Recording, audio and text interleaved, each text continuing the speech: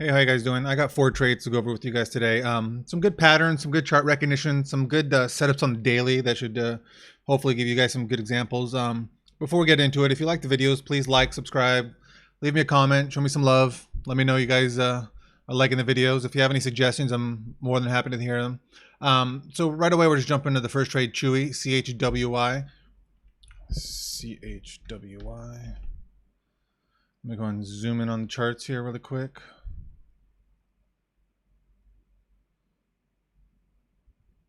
So Chewy, this was a setup on the daily. Look down here on the daily. It had this pivot area right here that I had closed on the previous day. So I was looking to take this short today. Unfortunately, or fortunately, right out the open, it flushed down. This was on my main watch. And so I was staring at it as it did this giant flush down. But for whatever reason, I decided not to chase. The move was so quick that I didn't want to get stuck like in a whipsaw action, have it like, fly back up against me. And so I didn't participate on this flush on the way down. So I decided just to keep an eye on it and wait for it to bounce back up to VWAP. And so that's exactly what I did. Did a bounce down here, went back up to VWAP, tapped, rejected, got short, and then I just started covering into the wash. Took a quick, what was this, 30 cents right here on this one, 30, 40 cents. A little double cover because, again, my bad habit. I'm just wanting to protect my profits. I've been having things go against me too much recently, and so I'm trying to cover more sooner. So it took a little double cover, and then I just started, covering into the half and whole numbers and down here into the support resistance level. And eventually I just stopped it back out as it went back up against me with a very tiny fraction of my original position.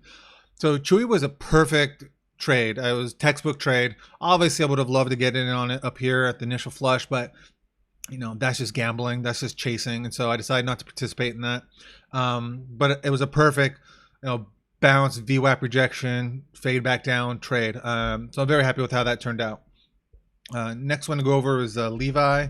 Levi is a trade example of what not to do. I screwed it up. And so we'll go ahead and show you right here.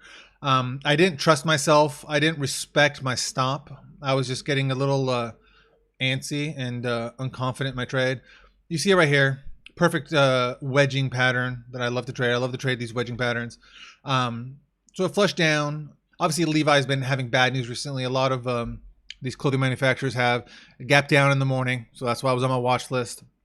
And so I had done, some flush and some ranging, and it was forming this nice wedging pattern you see here from the lines I've drawn. And so I decided to get in before the wedge break. So I got on short here, had a stop set up here, and I just wasn't feeling comfortable. I don't know what it was. The fact that it wasn't breaking down, it was just kind of really just holding tight here, kind of peeking up above VWAP right here. I was just really afraid it was going to go back up against me because aside from nerves, the other reason I was worried is that, I was worried it might be oversold, right? You look here on the daily, it's below all of it. Now, obviously, that's a very bearish thing, but the brand new IPO stock, right? You don't know these levels. You don't have an idea of the range when it gets outside these areas. So I was worried that it was oversold and it was going to go back up against me. So I psyched myself out. And of course, I stop myself out. I get out right as it flushes. So in reality, I traded it horribly. So mine is an example of what not to do. But the trade itself is a pretty good textbook example of, gap down, consolidation, break. So yeah, good pattern to know and recognize and have in your playbook. But I just traded it horribly. So don't be me in this case. So next one we're going to go over is NUS. Again, another stock that I did not trade perfectly. I did not trade exactly well. And but I did have a winning trade at the end that redeemed me. So we're going to go over that. So NUS, let's zoom out here on the 1 minute. NUS was a gap down stock. You see here on the daily. Right here, gap down, so that's why I was on the watch list. Obviously, I was busy with other stocks as it went and did its thing. But so I had to buy the dip, right? People either shorts covering or buy the dippers coming in. So it came back and pushed. These topping wicks right here, you see on the 5 minute, are what got my attention, right? These topping wicks, that's what got my attention in it. So I was looking for it to kind of fail and come back down.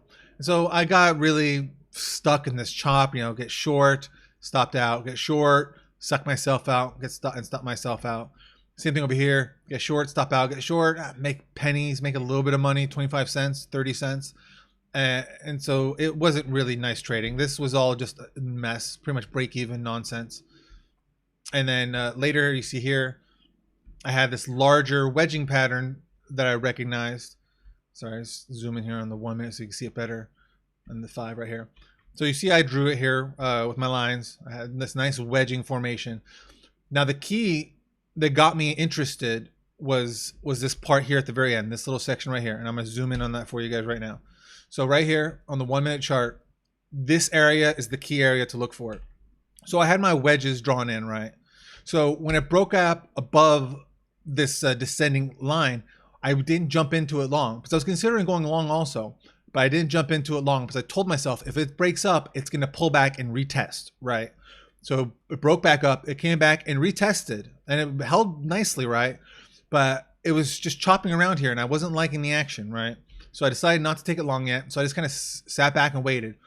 So when it did this and then it came back down and failed, right? I had a failed push higher. That is a very bearish signal. When it tries and fails, that shows you that there's no buyers there. There's nobody willing to push the stock up. It's just nothing but sellers, right?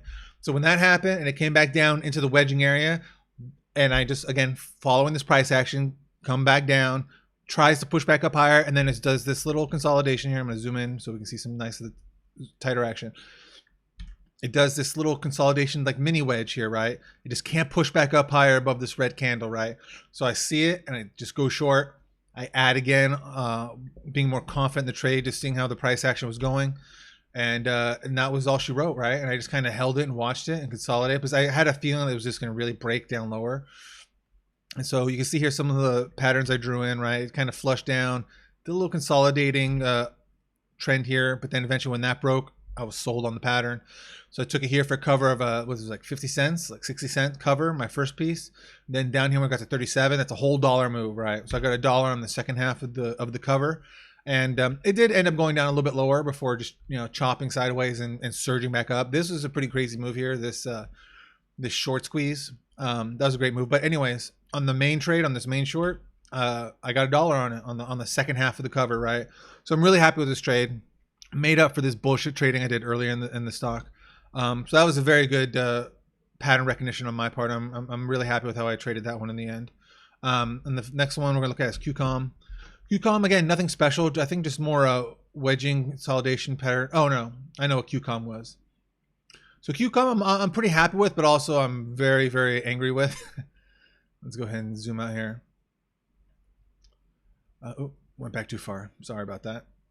So QCOM was a gap up stock on earnings, but we'll zoom in here what happened. So QCOM I'm very pissed about. So we'll see here.